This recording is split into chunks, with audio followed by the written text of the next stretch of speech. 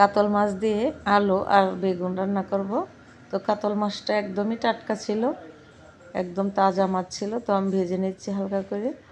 আমি বেশি কড়া মাছ ভাজাটা আবার আমাদের বাড়ির সবাই খেতে চায় না, এই জন্য মাছটা একটু কড়া করে ভাজবো না, হালকা করেই ভাজবো। তো মাছটা আমার ভাজা হয়ে গেছে, মাছটা উঠিয়ে নেব। উঠিয়ে নিয়ে এই তেলে আমি পেঁয়াজ দিয়ে দেব। তো 2 পিস মাছ একটু বেশি পাচ্ছে, একজন মানুষ আছে আবার সে আর একটু বেশি মাছ ভাজা খায়।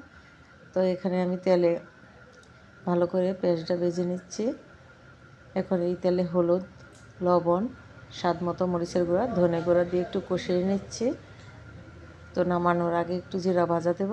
তো এই বেগুনটা আমার বাপের বাড়ির বেগুনটা ভালো করে কষিয়ে নিচ্ছি। কয়েকটা কাঁচা মরিচ ফালি দিয়ে দিচ্ছি, যেহেতু মরিচের গুঁড়া কম দিয়েছি এই জন্য কাঁচা মরিচটা একটু বেশি দিয়ে ঝোল দিয়ে দিয়েছি। এখন ঝোলটা ফুটে উঠলে মাছ দিয়ে দিয়েছি।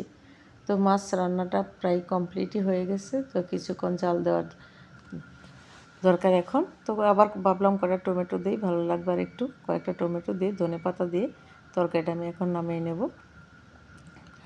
তো তরকারিটা তো আমার হয়েই গেছে।